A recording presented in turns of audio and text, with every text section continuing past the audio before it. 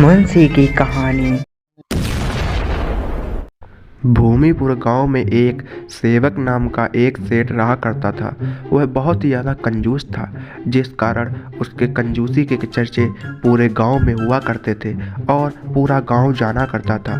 उसकी कंजूसी के कारण उसकी पत्नी और उसका बेटा भी परेशान रहा करते थे। एक दिन सेठ ऐसे ही बिस्तर पर लेटा हुआ था और दोपहर का समय हो गया था और अभी भी उसकी नींद नहीं खुली थी। अरे क्या हुआ भगवान, मुझको उठा क्यों दिया है? अभी तो सुबह हुई है। ये जी, आपको ये सुबह लग रही है? पूरे दोपहर का टाइम हो गया और खाने को कुछ भी नहीं है। कुछ सब्जी जाइए ना, बाजार से लेकर आइए। अरे अरे भगवान, कल ही तो मैं सब्जी लाया था, भिंडी इतनी जल्दी खत्म हो गई। अरे अरे, कहे तो आप ऐसे रहे हो जानो, आप भिंडी 5 किलो लाए हो। कुल मिला के वो 250 ग्राम भिंडी थी जो कल ही खत्म हो गई, और तुमको तो पता ही होगा। अरे अरे, कैसे खत्म हो गई?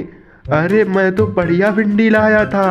अरे भगवान, वो तुम भिंडी सबसे सस्ती वाली लाए थे, उसमें आधी भिंडी तो खराब निकल गई। पता नहीं कैसा पाला पड़ गया मेरा। अरे अरे, तुम बहुत ज़्यादा खर्चा करने लगी हो, मुझे पता है। अब सब्जी भी कौन खाता है? हाँ, और वैसे भी मैं बाजार चला जाऊंगा, पता नहीं कितना खर्चा करते। ये जी, आप जल्दी जाइए और बाजार से कुछ सब्जी लाइए। अपना राजू भी भूखा बैठा है और उससे भी बहुत ज़ोर से भूख लगी है। आप तो सिर्फ कंजूसी के कारण ही ऐसा करते रहते हो। अरे अरे भगवान, देखो मैं ऐसा नहीं हूँ, अपने पिता की तरह खर्चे में नहीं उड़ाऊंगा पैसे, समझ रही हो ना?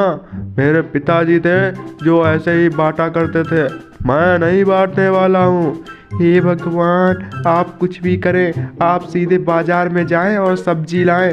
और आप आज बाजार में सब्जी भी ठीक लाना। आपके पिताजी थे वो कितने अच्छे थे और दयालु भी थे, गांव वालों की भी मदद किया करते थे, और एक तुम ठहरे हो, पता नहीं कभी भी किसी की मदद नहीं करते। अरे अरे भगवान, मैं बेवकूफ़ नहीं हूँ, मैं लोगों को ऐसे फ्री में धन नहीं लुटाता अपने पिता की तरह। मुझे पता है ये लोग सारा धन लूट लेंगे, और अगर आज पिताजी लुटाए नहीं होते तो आधे से ज़्यादा पूरे गांव की ज़मीन अपनी ही होती। ए जी, अब आप बात को ढीले, आप सीधे बाजार में जाएं और बाजार से सब्जी लाएं। तभी इतना सुनकर सेठ बाजार की ओर निकल पड़ता है और ऐसे ही रास्ते में जाते जाते बड़बड़ाने जाता। अरे यार, पता नहीं, मुझे तो पूरा शक है, यदि मैं नहीं रहूँगा तो मेरी पत्नी और मेरे बच्चा पूरा मेरा धन ऐसे पानी की तरह उड़ा देंगे।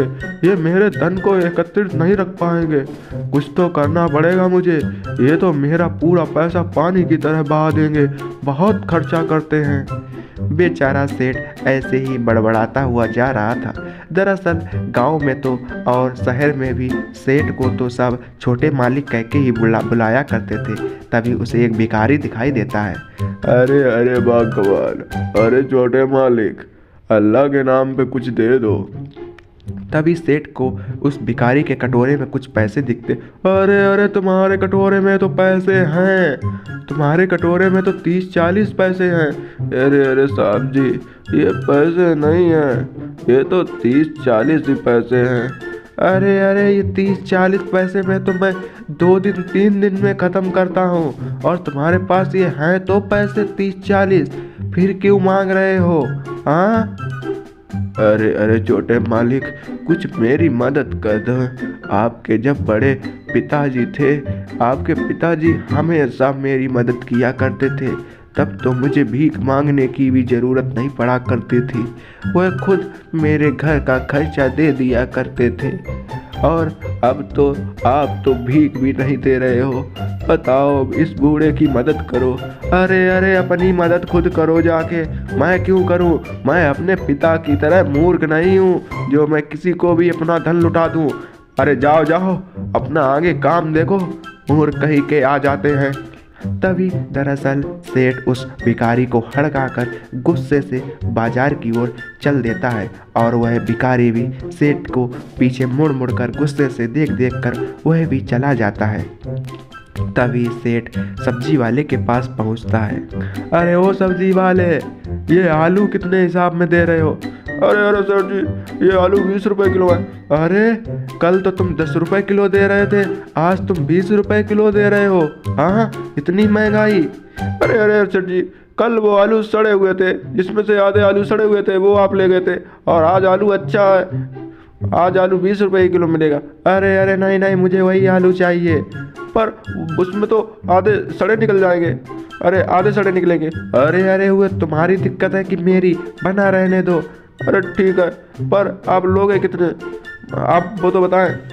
तभी सब्जी वाला नीचे से आलू निकालता है। अरे अरे, बस सिर्फ 250 ग्राम ही कर दो आलू, इतने बहुत हैं, इतने तो 2 दिन चलेंगे।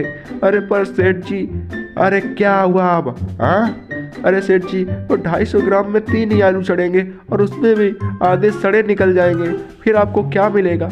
हाँ, आप अच्छे आलू ले जाएं। अरे अरे, मुझे मूर्ख बना रहा है, मैंने जितना तुझसे कहा है तू उतना कर।